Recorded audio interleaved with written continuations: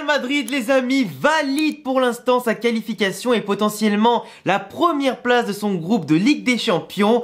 3-0 à domicile contre Braga. Un clean sheet de plus, une belle victoire, des beaux buts surtout. Une victoire accomplie dans la forme comme dans le fond. Et franchement, aujourd'hui, je me suis régalé. On a eu un Real Madrid qui a eu du mal à rentrer dans son match, qui était un peu pressé par Braga, qui bien sûr à l'extérieur voulait jouer crânement sa chance pour assurer peut-être un espoir de qualification pour eux, vu qu'en plus Naples avait fait 1-1 juste avant.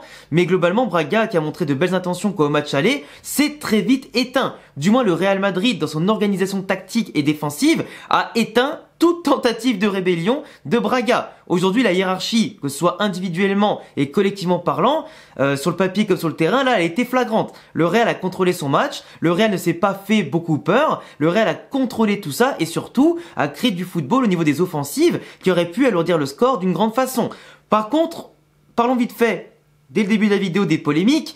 Le penalty, le premier qu'il y a, ça me pousse à dire que Lucas Vázquez, les amis, et ça fait déjà peut-être une dizaine de fois que je vous le dis, ce mec-là, dès l'été prochain, merci pour les services rendus, mais faut que tu dégages. J'ai compris que t'étais pas un arrière droit. Je sais que t'es un ailier reconverti. On sait que t'as fait quand même des bons et loyaux services à ce poste-là, surtout avec Zidane. Mais depuis 2-3 ans, là, Lucas Vázquez, c'est que l'ombre de lui-même. Il est loin de son prime, il a eu des grosses blessures, c'est vrai, mais à ce poste-là, je ne le veux plus. Contre une équipe qui a un bon level, ou du moins qui a des bonnes individualités, il n'a plus le niveau, Lucas Vázquez. Faut qu'il sorte de là. Il a plus sa place en tant qu'ailier, il a pas sa place au milieu de terrain, et arrière droit, il est dépassé. Quitte à faire monter Vinicius Tobias, Léo Brador ou je sais pas qui, en tout cas du Castilla, ou faire venir un autre arrière droit de je sais pas d'où, mais Lucas Vázquez, c'est finito pipo. Le premier penalty, il lui tire le maillot, mais alors qu'il n'y a pas lieu d'être. Le mec, il est même pas en position de tirer, il y a rien, il est encore excentré dans la surface. Tu lui tires le maillot, tu fais tomber penalty. Heureusement, d'ailleurs, que Lunin est là pour arrêter le penalty. Et d'ailleurs, lui, ça se voit que le destin était quand même avec lui. Parce que Kepa se blesse à l'échauffement. Lunin y vient et au passage, il fait un super match. Il a pas eu beaucoup de choses à faire. Mais entre le penalty qu'il arrête dès le début, qui aurait pu nous foutre dans la merde dès le début du match. Parce que Braga met l'énergie, met l'intention. Si en plus, ils mènent 1-0 à l'extérieur dès le début, ils nous poussent à sortir. Ils auraient pu nous bouffer sur des contres ou des petites actions. Et avec plus d'intensité, ça aurait été problématique. Donc Lunin, il assure le tout en mettant un magnifique arrêt dès le début pour se mettre en évidence. Et pour prendre de la confiance aussi dès le départ. Vu qu'en plus il était remplaçant à cause de Kepa, tout ça, et que normalement la blessure de Courtois aurait dû le propulser sur le devant de la scène, mais tu vois, malgré les critiques et tout ça, il arrive, il rentre, il joue, et en tout cas il arrête en étant décisif, et même à la 93e minute sur Abel Ruiz, il fait une magnifique manchette claquette pour la sortir à la tête d'Abel Ruiz, donc c'est parfait. Il n'avait pas eu beaucoup de choses à faire, mais le peu qu'il a eu à faire, il l'a fait avec brio, et il a réussi sa mission, prendre 0 but. Donc parfait Lunin aujourd'hui, rien à redire et j'espère pour lui qu'il continuera s'il est amené à jouer contre Valence suivant la gravité de la blessure de Kepa, tout ça, pour que la concurrence entre les deux gardiens se fasse naturellement et pas trancher directement dans le vif par Ancelotti qui préfère Kepa qui a plus d'expérience, parce que Kepa au pied, dans les sorties, etc., il est pas rassurant. Du coup pour moi il y a largement la place pour Lunin de s'imposer si vraiment il fait des belles prestations comme aujourd'hui, tu vois. Malgré l'opposition, peu importe ce qu'on en dit qu'il y avait en face, arrêter des tirs comme ce qu'il a arrêté ou des penalties, peu importe qui t'es en face, faut quand même les sortir, tu vois. Donc du coup je disais Lucas Vázquez, le deuxième penalty qui a pas été sifflé, sur la grosse obstruction et le bourrinage sur Bruma encore une fois, là je suis désolé, il y a penalty. Et normalement à 0-0, Braga aurait eu l'opportunité de marquer le premier but du match.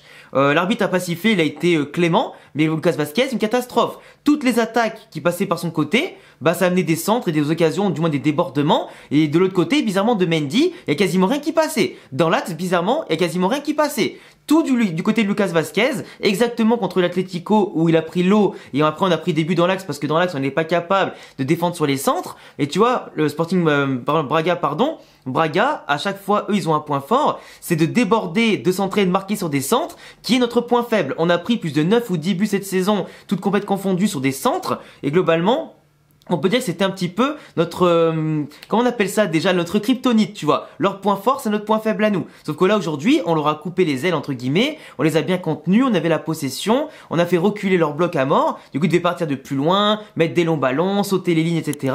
Donc, on a bien contrôlé tout ça en interceptant, en étant mieux placés, en étant mieux couverts aussi sur nos lignes défensives, on les bouffait sur les transitions, et comme j'avais expliqué de base dans mon avant-match, eux, dès que tu remets la pression, que tu récupères le ballon, et tu gagnes les duels physiques et tout ça, bah, leur équipe, elle est comme même coupé en deux. Et le nombre de fois où tu avais Vinicius, Brahim Diaz et Rodrigo qui se retrouvaient en position dans leur deuxième moitié de terrain et surtout qui étaient même pas poursuivis tellement leur équipe était laissée à elle-même avec leur défense apathique et pas très rapide et en plus de ça pas très bon dans les 1 contre 1, et ben du coup notre attaque aujourd'hui s'est régalée. Rodrigo, il a été énorme, c'est peut-être son meilleur match aujourd'hui de la saison. Un but et en tout cas une prestation globale qui était très aboutie et surtout des dribbles, des décrochages, des combinaisons.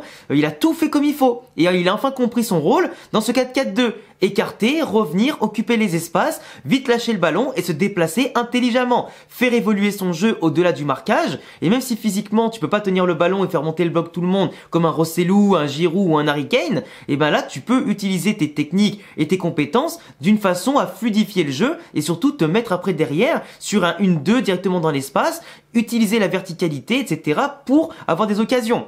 Donc tu vois, il aurait pu marquer plus d'un but ce soir, mais c'est très bien, son petit piqué, il est magnifique, incroyable. Vinicius, toujours la tête dans le guidon, mais aujourd'hui, il a été beaucoup plus inspiré sur les crochets, des petits ponts, des petites actions, contrôle du dos. Il marque un but qui va lui faire du bien sur un enchaînement en plus, contrôle, décalage, frappe croisée de grande classe.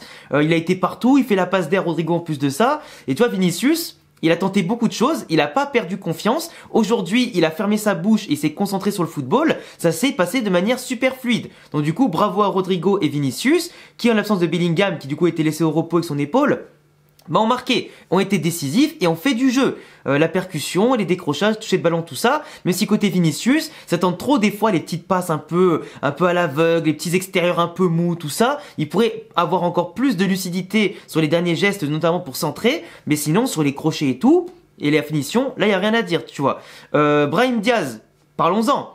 Deuxième match titulaire de la saison, deuxième but. Et en plus, il marque le premier but du match. Comme je le disais, juste après la polémique du penalty pas sifflé, il marque sur une occasion magnifique. Ferland Mendy, je l'ai jamais vu faire une passe comme ça aussi fluide et en tout cas aussi tranchante sur un bel appel de Rodrigo. Rodrigo, le service incroyable et en tout cas Brahim Diaz, ultra clinique et bien placé. Ce qui montre que dans ce 4-4-2 là, que ce soit Bellingham ou Brahim Diaz, du moins l'espèce de 9,5 ou 10 de ce losange, eh ben, il est tellement bien placé aux abords de la surface avec les latéraux qui débordent, les milieux de terrain qui se projettent, les attaquants aussi qui ouvrent les espaces et la verticalité, bah celui-là il est toujours positionné entrée de surface ou en tant qu'attaquant et finit par marquer plus de buts que les autres. Et Brahim Diaz, ça lui fait du bien parce qu'aujourd'hui, même s'il a perdu quelques ballons, dans les dribbles, la percussion, les prises de balles, il est ultra électrique, ultra important. Et je suis même dégoûté pour lui quand Ancelotti il est sorti à la 70e, tu vois. Parce que pour moi, il joue pas beaucoup, tu peux le faire jouer 90 minutes. Il le mérite bien vu son match en plus. C'est quand même dommage de le sortir. Après derrière Camavinga fait un match exceptionnel et d'ailleurs j'espère que Brahim Diaz on le reverra bien sûr peut-être titulaire contre Valence ou du moins qu'il va rentrer en jeu au bout de 30-40 minutes, enfin pas 30-40 minutes mais qu'il lui restera au moins 30 minutes à jouer à partir de la 60-65e, un truc comme ça.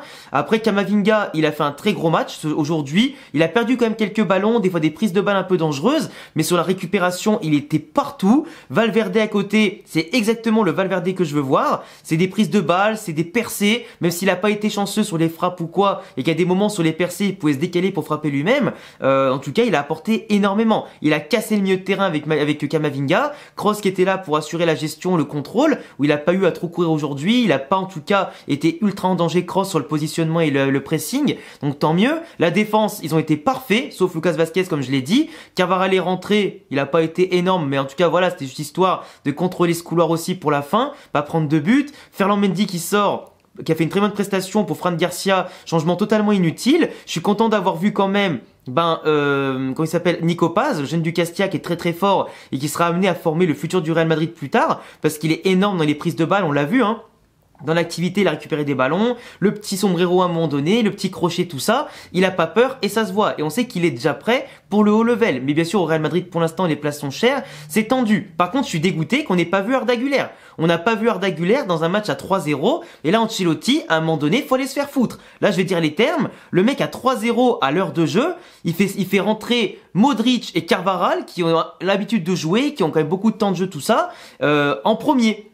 Je comprends pas. Je comprends pas. Fais-moi rentrer des merdeux comme Nico Paz, comme Arda Güler, qui sont demandés par le public, qui méritent de jouer parce qu'il y a déjà 3-0, le match est sous total contrôle, tu me fais rentrer les deux, ils vont pas en tout cas pénaliser l'équipe au point qu'on fasse un 3-3 ou qu'on perde 4-3 à domicile, donc à un moment donné, tu vois, ça y est, faut faire tourner, et je trouve qu'Ancelotti, il a une gestion de l'effectif qui n'est pas bonne. Il a un peu fait tourner certains postes, oui, tu fais rentrer un peu tout le monde, tout ça, même ceux qui sont un peu frustrés en ce moment, comme Modric qui aimerait jouer plus par exemple, mais sortir Fran Garcia, enfin mettre Fran Garcia au lieu d'Arda Güler sur la fin pour les 5-10 dernières minutes, ça y est, Arda Güler il est prêt, il fait les entraînements, on en parle tout le temps en conférence de presse, faut voir jouer maintenant. Ça y est, le Real Madrid a fait un match parfait en attaque et en défense, y a rien qui nous fait peur et tu le fais pas rentrer.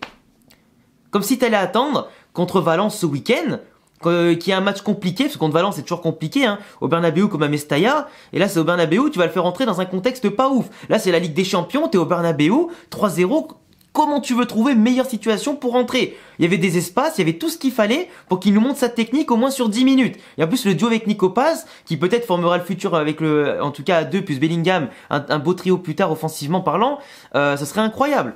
Enfin bref, en tout cas, match très bien contrôlé. Bravo Brahim, bravo Camavinga, bravo Rodrigo, bravo Lunin, qui sont pour moi mes 3-4 hommes du match aujourd'hui du côté Real Madrid. Bravo Vinicius qui a pas beaucoup parlé. Bravo Nico Paz pour sa rentrée. Bravo à l'effectif globalement pour avoir tout fait pour qu'on soit tranquille. On est quasiment premier, il reste plus qu'à faire minimum un nul contre Naples au prochain match de Ligue des Champions, histoire de bien faire tourner aussi, penser à la Liga, tout ça. Donc c'est parfait, les devoirs ont été remplis, qu'est-ce qu'on peut demander de plus? Enfin bref, merci à ceux qui m'ont écouté, abonnez-vous, cochez la cloche et mettez un petit pouce bleu, ça fait toujours plaisir pour le référencement, mes réseaux sociaux en description et tout ça. À bientôt les gars, pour prochaine vidéo. À la Madrid, in a Damas, ciao.